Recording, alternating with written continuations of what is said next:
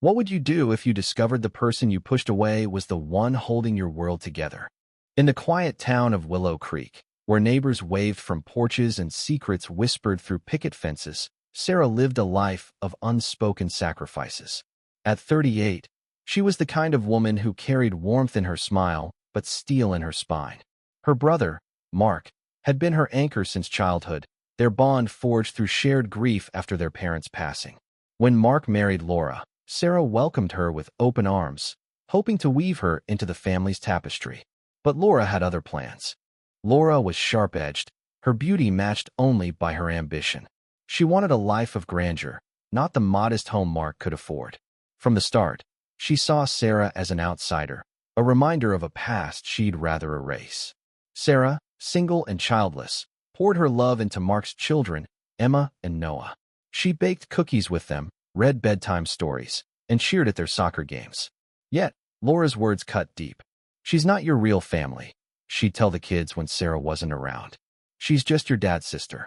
The words stung, but Sarah swallowed the hurt, believing love could mend what words broke. Years passed, and Mark's job as a mechanic couldn't keep up with Laura's dreams. Their mortgage payments faltered, and the bank's letters grew sterner. Sarah, a financial analyst with a knack for numbers, noticed the strain in Mark's eyes. He never asked for help, but Sarah couldn't watch her brother drown. Quietly, she began covering their mortgage payments, funneling her savings into their home.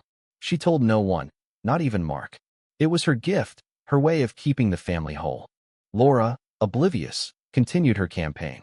At a family barbecue, Sarah overheard her telling Emma, "Aunt Sarah doesn't belong here. She's not like us." The words burned, but Sarah stayed silent, her heart heavy with the secret she carried. She wondered if love could ever bridge the gap Laura had carved. The truth unraveled on a rainy Tuesday. Mark and Laura sat at their kitchen table, staring at a foreclosure notice. The bank had made an error, they thought, because payments had been made consistently, anonymously. Mark called the bank, his voice trembling. The representative's words hit like a thunderclap. "The payments are coming from a Sarah Thompson." Laura's face drained of color. She turned to Mark, who looked as stunned as she did. "Sarah?" he whispered. "My sister." Laura's mind raced.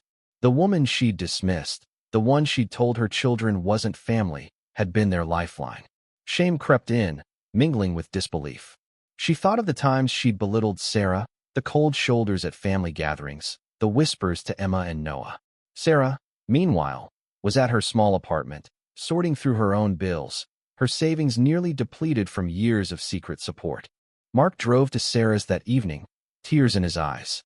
"Why didn't you tell me?" he asked, his voice breaking. Sarah shrugged, her smile soft but weary. "You're my family, Mark. I couldn't let you lose everything."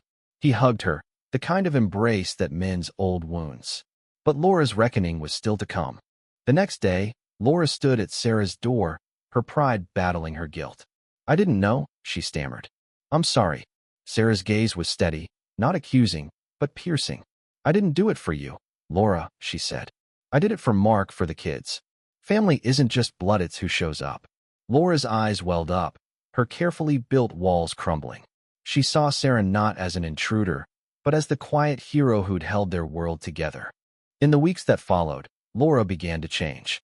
She invited Sarah to dinner, listened to her stories, and encouraged the kids to call her Aunt Sarah with pride. The house, once a symbol of Laura's ambition, became a home filled with gratitude. Sarah never asked for recognition, but she felt the shift of warmth where there'd been coldness, a family where there'd been division. As Sarah watched Emma and Noah play in the yard, she realized something profound. Love doesn't demand reciprocation. It gives, even when it hurts. And sometimes, in the quiet acts of sacrifice, it reshapes hearts that once seemed unyielding. Laura's apology was a start, but Sarah's gift, her unwavering love, had already changed everything.